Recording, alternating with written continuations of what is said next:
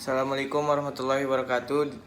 Perkenalkan, nama saya Ismail Saleh dari kelas AKP 6B. Di sini saya akan menjelaskan audit siklus penjualan dan penagihan atau pengujian pengendalian dan pengujian substantif atas transaksi, akun dan kelas transaksi dalam siklus penjualan serta penagihan. Tujuannya itu mengevaluasi apakah saldo dipengaruhi oleh siklus tersebut telah disajikan secara wajar sesuai dengan standar akuntansi. Akun-akun umum yang tercakup dalam siklus penjualan dan penagihan dengan menggunakan akun T dapat dijelaskan dalam gambar tersebut.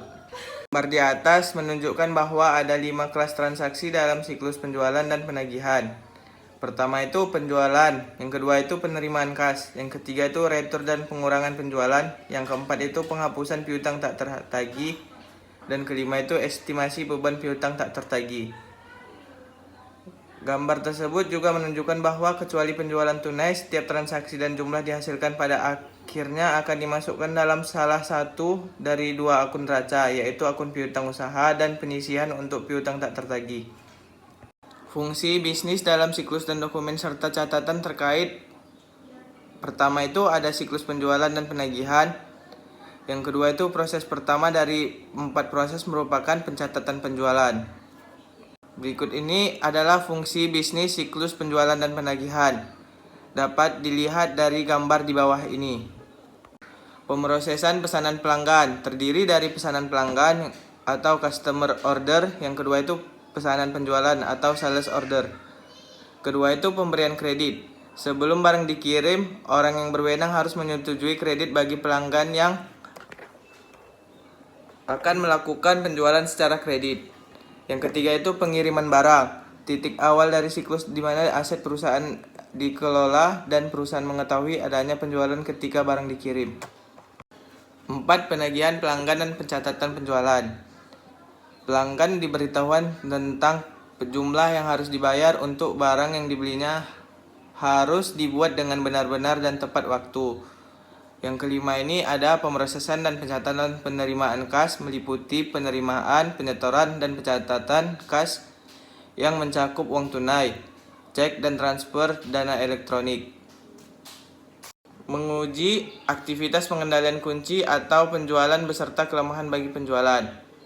Pertama itu pemisahan yang memadai, yang kedua itu otoritas yang tepat, yang ketiga dokumen dan catatan memadai, yang keempat dokumen yang telah dipranomori, yang kelima itu laporan bulanan, yang ketujuh itu ada laporan verifikasi internal.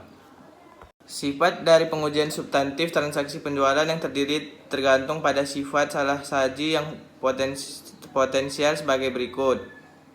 Pertama itu penjualan dicatat sementara penerimaan tidak pernah dilakukan. Yang kedua itu penjualan dicatat lebih dari satu kali. Yang ketiga itu pengiriman dilakukan kepada pelanggan fiktif. Yang kelima transaksi penjualan yang ada telah dicatat. Yang keenam arah pengujian. Prosedur audit format perancangan dan kinerja. Dalam konversi program audit format perancang atau desain format audit program menjadi program audit format kinerja, prosedur itu akan digabungkan. Ini akan menjadi hal-hal berikut. Yang pertama itu mengeliminasi prosedur duplikat. Yang kedua itu memastikan bahwa ketika dokumen tertentu diperiksa. Yang ketiga itu kemungkinan auditor untuk melakukan prosedur dengan cara yang paling efektif. Retur dan pengurangan penjualan. Tujuan audit yang berkaitan dengan transaksi dan metode yang digunakan klien untuk mengendalikan salah saji pada intinya sama seperti untuk memproses memo kredit yang telah digambarkan bagi penjualan. Dengan perbedaan yaitu materialitas, yang kedua itu penekanan pada tujuan keterjadian. Metodologi untuk merancang pengujian pengendalian dan pengujian substantif atas transaksi penerimaan kas. Berdasarkan tujuan audit yang berkaitan dengan transaksi, auditor mengikuti proses berikut ini. Yang pertama itu menentukan pengendalian internal kunci untuk setiap tujuan audit. Yang kedua itu merancang pengujian pengendalian bagi setiap pengendalian yang digunakan untuk mendukung pengurangan risiko pengendalian. Yang ketiga itu merancang pengujian substantif transaksi untuk menguji salah satu monitor bagi setiap tujuan.